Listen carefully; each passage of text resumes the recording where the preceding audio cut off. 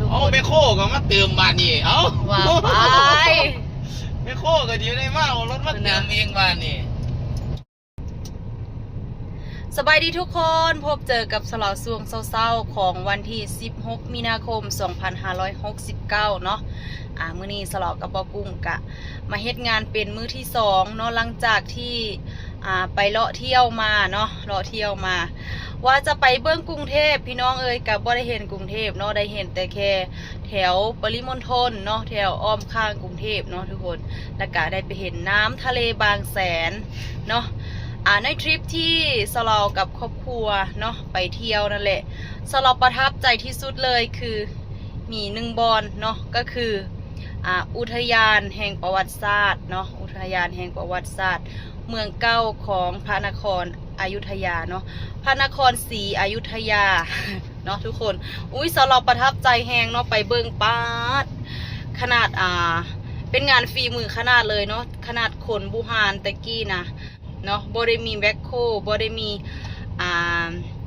เครนซอยเนาะข้าเจ้ายังเฮ็ดยังสร้างได้จนว่าสูงใหญ่อลังการแหงเนาะทุกคนน่าทึ่งที่สุดเลยเนาะป้าดโถงานฝีมือคักๆเนาะสมัยนี้เฮ็ดได้สูงกับบ่เป็นหยังเนาะกับบ่ได้งึดปานใดเพราะว่ามีเขนมีหยังซอยแต่ว่าสมัยตะกี้บ่มีเนาะข้าเจ้าเฮ็ดแบบใด ตอนนี้สลอกับบ่กุ้งกะกำลังจะตักเข้าไปขายอยู่ที่อุดรธานีทุกคนเดี๋ยวจะมาเล่าอีกเรื่องนึงสู่ฟังโอ้ยเฮ็ดงานก็ว่าเมื่อยพอแห้งแล้วทุกคนยังเมื่อย ยังเมื่อยได้ต่อแถวได้หาเลาะญาติกันเติมน้ำมันอยู่ทุกคนบ่น่าเชื่อว่าสิย่างก้าวมาฮอดจุดนี้ได้เนาะเติมน้ำมันเดิมเมื่อวานนี้ตักเข้าอยู่ที่สางเข้าวงรักอุ้มจานเนาะไปขายอยู่ที่นครพนมบัดนี้ขากลับมานะไล่เติมตั้งแต่นครพนมนะจนมาฮอดสว่างแดนดินเนาะไก่ปั๊มน้ำมันมาประมาณ11 12 13ปั๊มนี่แหละทุกคนบ่ว่าสิเป็นปั๊มบางจากปั๊มอีหยังกะว่าสิเติมเบิดสุปั๊มหั่นแหละบัดนี้ได้เติมแค่4ปั๊มเนาะปั๊มละ 1,000 บาทเหลือจากนั้นคือปิดปั๊มน้ำมันเบิดทุกคนเนาะแต่ว่าราคาน้ำมันตอนที่สลอกับบ่กุ้งเติมกะยังเป็นราคาเก่าอยู่เนาะราคา30 บาท60 สตางค์เนาะทุกคนแต่บ่แน่ใจว่าสิราคาน้ำมันเขาเจ้าจะปรับขึ้นในมือใดเนาะวันที่ใดเพราะว่าตอนนี้ยังซ้ำเก่าอยู่แต่ว่าหาเติมยากซะเหลือเกินเนาะบ่น่าเชื่อว่าสิได้ย่างก้าวเข้ามาสู่สภาวะญาติกันเติมน้ำมันขาดแคลนเนาะตอนนี้ก็ถือว่าเข้าขั้นวิกฤตเนาะเข้าขั้นวิกฤตแล้วแต่ว่าบ่ทันได้ฮอดขีดอันตรายเถื่อบ่ทันได้ฮอดขีดแดงเนาะแต่ว่าเข้าขั้นวิกฤตแล้วคือกันเนาะโอ้โหงานนี้ม่วนเลยทุกคนสงครามญาติน้ำมันเนาะศึกแย่งน้ำมันบ่น่าเชื่อว่าสิย่างก้าวมาฮอดคันนี้ได้ขนาดใส่ชีวิตยังเมื่อยแล้วทุกคนหาเงินหาอีหยังใส่นี่ใส่สินใส่ใจกะเมื่อยแล้วยังสิมาเมื่อยเติมน้ำมันอีกอยู่ โอ้บ่แน่ใจว่าน้ำมันเบิดอีหลีบ่หรือว่าเขาเจ้าตั้งใจสต็อกไว้เพื่อขายตอนเวลาน้ำมันขึ้นเนาะนั่นแหละเขากับบ่ฮู้คือกันถ้าเป็นแบบนี้ไปเรื่อยๆนี่โอ้โหงานทุกสิ่งอย่างสงักเบิดเนาะรถกับสิฮอดสิบ่มีแลนผู้ใดนำทางสงกรานต์นี้บ่ฮู้ว่าสิเป็นแบบใดเนาะสิม่วนบ่นอนน้ำมันบ่มีให้แลนทุกคนบ่แม่นสิพากันกินข้าวแล้วก็นอนอาบน้ำอยู่บ้านนอนเว้น เนาะหั่นแหละทุกคนทะเลก็ม่วนอยู่แต่ว่าสลองมักอุทยานแห่งประวัติศาสตร์เนาะเมืองเก่าของนครศรีอยุธยาหลายกว่าสลออยากไปเห็นหลายๆบอนแต่ว่าเวลามีบ่หลายทุกคนมีแค่2 วันก็ได้กลับขึ้นมาหาเหตุงานเนาะเอาไว้โอกาสหน้าเดียวสลอได้ไปเที่ยวยุไซเดียวสลอค่อยอัปเดตให้เบิ่งอีกรอบนึงเด้อเนาะตอนนี้เฮากะกำลังต่อสู้กับวิกฤตน้ำมันอยู่แล้วก็การงานหนี้สินทุกสิ่งอย่างเนาะผู้ใดมีรถที่แบบยังค้างงวดอยู่กะโอ้ยคิดยากแล้วทุกคนคิดยากแฮงเนาะเสี่ยงที่จะถูกยึดสูงเพราะว่าถ้าบริเหตุงานเฮากับบ่มีเงินส่งงวดเนาะ ทุกคนไปเดี๋ยวเราอัปเดตสถานการณ์หรือว่าภาพบรรยากาศให้พ่อแม่พี่น้องเบิ่งไปเรื่อยๆเนาะเบิ่งที่พระธาตุโพนทอง แม่นพุ่นน่ะสภาพสถานการณ์ตอนนี้พุ่นน่ะต่อคิวยาวมาหอดพี่ป้าดสัวสิได้เติมน้ำมันคันสุดท้ายนี่สิได้เติมน้ำมูบ่ดิ บ่แม่น มาเป็นว่าชื่อของน้ำมันเบิด นั่นแหล้วบ่แม่นฮอดคิวน้ำมันเบิดบ่โอ้ยอุตส่าห์เติมอันต่อคิวตั้งว่ายาวป้าดว่าแล้วปั๊มใดมีน้ำมันก็สิประมาณนี้แหละปั๊มบางจากทุกคนก็บ่ธรรมดาคือกันเบิ่ง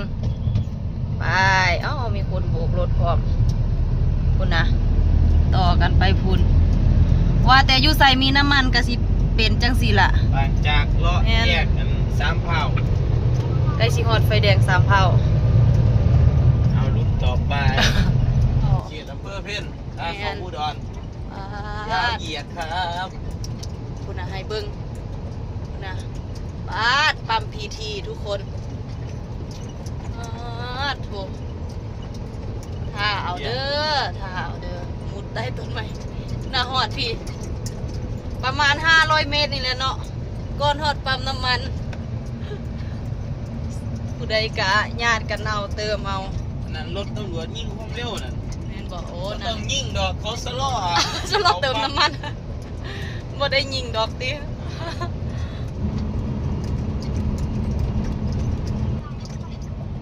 รีวิวทุกคนรีวิวปั๊มน้ำมันพีทีนาผู้เบิ่งปาดพ่อแม่พี่น้องเอ้ย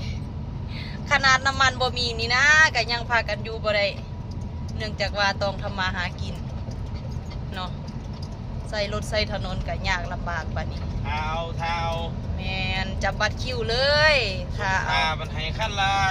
500 แม่นเบิ่งนะสัวสิได้เอาอีกแล้วทุกคนไปโคก็มาเติมบ้านนี่ว่าไปโคก็อยู่ในมาเอารถมาเติมเองบ้านนี่ต่อคิวกันเติมน้ำมันพี่น้องเอ้ยปั๊มพีทีระวังน้อง2 ห้องกับทาบออะไรมันจะขนาดโอ้ยดูนะมันที่ว่าเป็นกิโลแม่นเป็นกิโลแท้อันนี้ปูนฮอดปูนตายบ้านเมียงประเทศไทยมันบ่เติมกับบ่ได้บ่เติมรถกับไปบ่ได้บัดนี้จำเป็นต้องจอดต่อคิวน้ำมันหมดก่อนแท้คนละ500เด้อเพิ่นสิว่าพูดเนาะหลายกว่า500จักหน่อยหมู่สิบ่ได้เติมแม่นปาดวิกฤตเข้าคันวิกฤตแล้วเบิ่งหน้าตั้งแต่มานี่อ้ายว่าปั๊มนี่ล่ะหนักที่สุดแล้วแม่นปั๊มนี่ละต่อยาวที่สุดเป็นกิโลอีหลีพุ่นน่ะฮอดพุ่นน่ะว่าท่านได้จบเบิ่งได้ว่าสิฮอดใส่เด้อ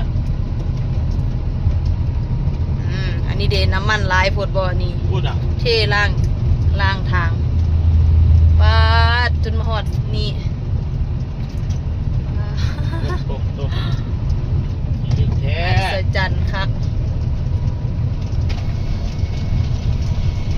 น้ำมันเบิดแล้วน้ำมันเบิดแล้วโถ่บาปหลายน่ะโอ้แกลลอนเบิดแล้วบ่ย่างดอกเบิดแล้วเว้าไปโอ้ยหยอกกระเจ้านะยอเขาเจ้าคิดอีหลีกับขี้นี้อีหลีดิสันเฮ็ดจังได๋ขี้กันจ้าแล้วทุกคนตอนนี้สลอกกับบ่กุ้งกะตักเข้าอยู่ที่อำเภอท่าบ่อแล้วเป็นที่เรียบร้อยตอนนี้บ่กุ้งกะกำลังขึ้นไปคุมพะแยงเนาะกำลังจะเดินทางเมื่อในเวลา12:12 นาทีเนาะทุกคนเป็นจังใดเนาะได้เบิ่งทุกๆเหตุการณ์ที่สาวลาวอัปเดตให้เบิ่งในคลิปนี้เนาะรู้สึกแบบใดแน่น้ำมันรู้สึกว่าจะขาดแคลนเหลือเกินเนาะพ่อแม่พี่น้องประชาชนก็มีความต้องการอย่างหลายอย่างล่วงหลายเนาะผู้ใดก็โอ้โหซึกแย่งเติมน้ำมันนี่คือคักแฮงทุกคนเนาะได้เห็นกับตาเจ้าของแล้วก็รู้สึกแบบว่าจังใดเนาะถอดใจท้อใจไหมแต่สลอกกับเบ้ากุ้งก็ยังได้เติมปั๊มละ500ปั๊มละ1,000คิดเบิ่งเป็นรถพ่วงเป็นรถพ่วงจาก สิเติมจักปั๊มจังสิเต็มถังทุกคนเนาะเอาทุกคนทุกเหตุการณ์ที่เรารวบรวมมาไว้ในคลิปนี้กะฝากพ่อแม่พี่น้องไปเบิ่งละกะถ้ามีมองใดที่เราเว้าขาดตกบกพร่องกะคอมเมนต์ใต้คลิปได้เนาะทุกคนคอมเมนต์แนะนำเราได้เด้อขอตัวลาทุกคนไปก่อนเอาไว้พบเจอกันในคลิปหน้าสบายดี